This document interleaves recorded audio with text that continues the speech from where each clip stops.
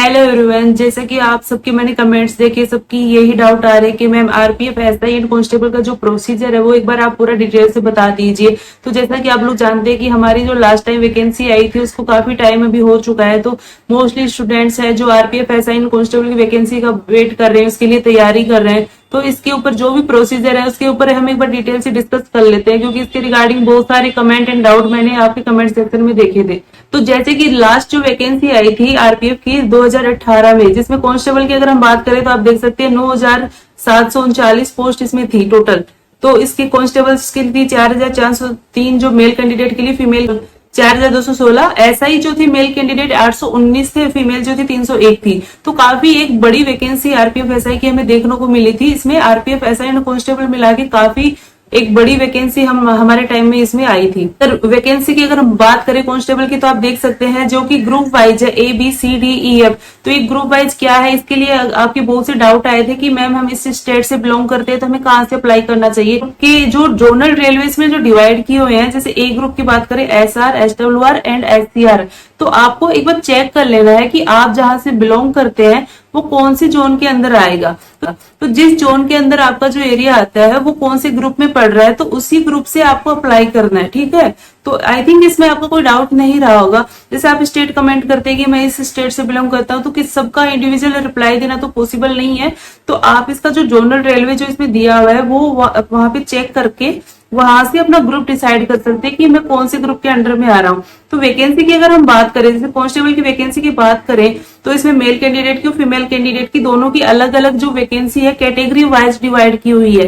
Category wise इसमें total vacancy divide की हुई है। लास्ट का जो ग्रुप है F ग्रुप, वो है आरपीएसएफ के लिए, जो कि ओनली मेल कैंडिडेट के लिए था। आरपीएसएफ और आरपीएफ में डिफरेंस है कि आरपीएफ का full form railway protection force and RPSF railway protection special force.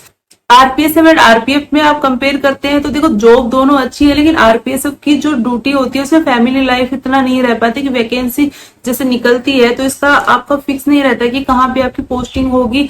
Election duty होती है, फिर कोई भी ड्यूटी होती है, वहां पे सबसे पहले आरपीएसएफ को ही भेजा जाता है और आर्म्स एम्युनिशन के साथ ये लोग ड्यूटी करते हैं। इसका अगर आप डिटेल वीडियो चाहते हैं तो आरपीएसएफ का एक डिटेल वीडियो मैं आपको प्रोवाइड कर दूंगी, जिसमें आपको फुल डिटेल्स आरपीएसएफ के रिगार्डिंग आप लोगों को मिल जाएगी। इंस्पेक्टर की जो वैकेंसी आई थी वो भी ग्रुप वाइज आई थी, ABCDEF टाइप से इसमें डिवाइड थी। इसके जोनल रेलवे डिवाइड है। मेल कैंडिडेट की कैटेगरी वाइज अलग सीट दी हुई है, फीमेल कैंडिडेट की अलग से सीट दी हुई है, जो आप चेक कर सकते हैं। उसके साथ साथ में ही अगर हम बात करें इसका एलिजिबिलिटी क्राइटेरिया क्या है, तो देखिए कांस्टेबल के लिए आपको मिनिमम एज जो चाहिए 18 ईयर आपको मिनिमम एज चाहिए। मैक्सिमम आपको एज चाहिए 25 ईयर, कांस्टेबल की बात कर रहे हैं। बाकी सब इंस्पेक्टर की अगर हम बात करें तो मिनिमम एज 20 ईयर है, मैक्सिमम एज 25 ईयर। ये वैकेंसी में काफी टाइम अभी हो गया है, 5 साल के समथिंग होने वाला है, तो मे भी इसमें एज रिलैक्सेशन आपको देखने को मिले। इसका रिगार्डिंग अभी पूछा ऑफिशियली तो अभी नहीं आया, लेकिन चांसेज है कि इसमें आपको देखने को मिल सकता है। बाकी कैटेगरी वाइज जो लिमिट दी हुई है, SC/ST वालों को 5 ईयर का इसमें रिलैक्सेशन है, OBC 3 ईयर एंड PWD जो है उसको 10 ईयर्स का।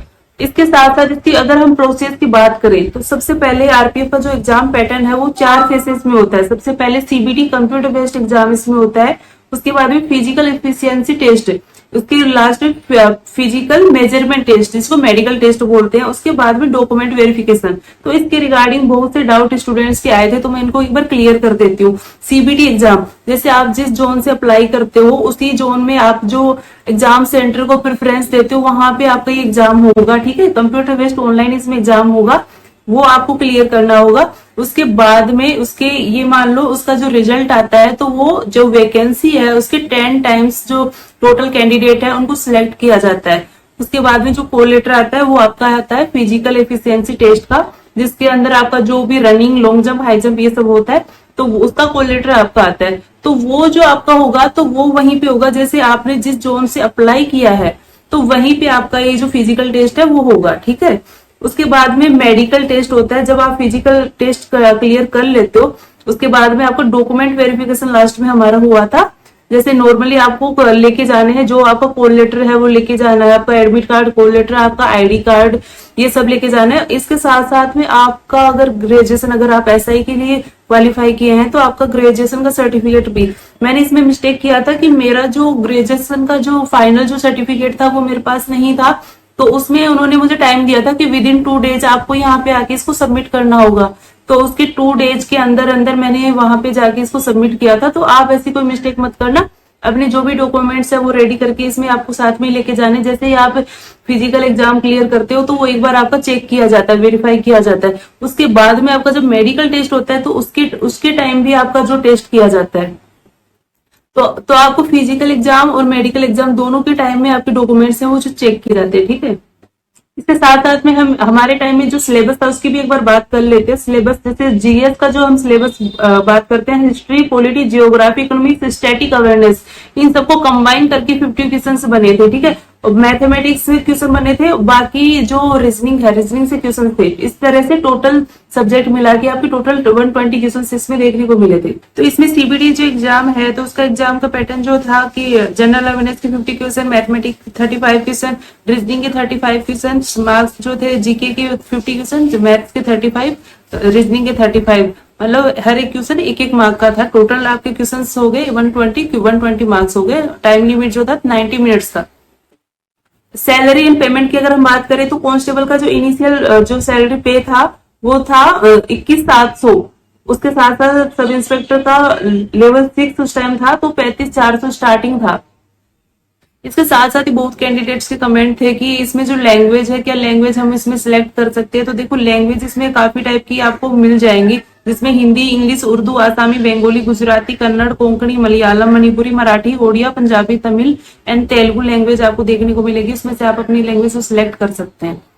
इसके साथ साथ नेगेटिव मार्किंग की अगर हम बात करें तो 1/3 इसमें नेगेटिव मार्किंग रहती है। 15 लैंग्वेज इसमें 15 लैंग्वेज में से कोई भी लैंग्वेज आप एग्जाम में सिलेक्ट कर सकते हैं। टेबल के लिए अगर अप्लाई करना है तो आपको मिनिमम 10th पास होना चाहिए। बाकी सब इंस्पेक्टर के लिए आपको ग्रेजुएट लेवल होना चाहिए, ग्रेजुएशन आपकी कंप्लीट होनी चाहिए।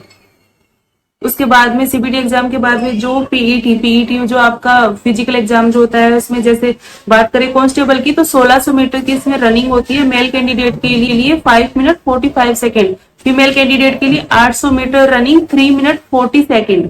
इसके साथ साथ लॉन्ग जंप मेल कैंडिडेट के लिए होगा 14 फीट, फीमेल कैंडिडेट के लिए 9 feet. High jump male candidate 4 feet, female candidate 3 feet. Inspector की अगर हम बात करें तो सब इंस्पेक्टर के लिए 1600 मीटर की जो रनिंग थी वो टाइम था 6 मिनट 30 सेकेंड और फीमेल कैंडिडेट की जो थी 800 मीटर रनिंग 4 मिनट।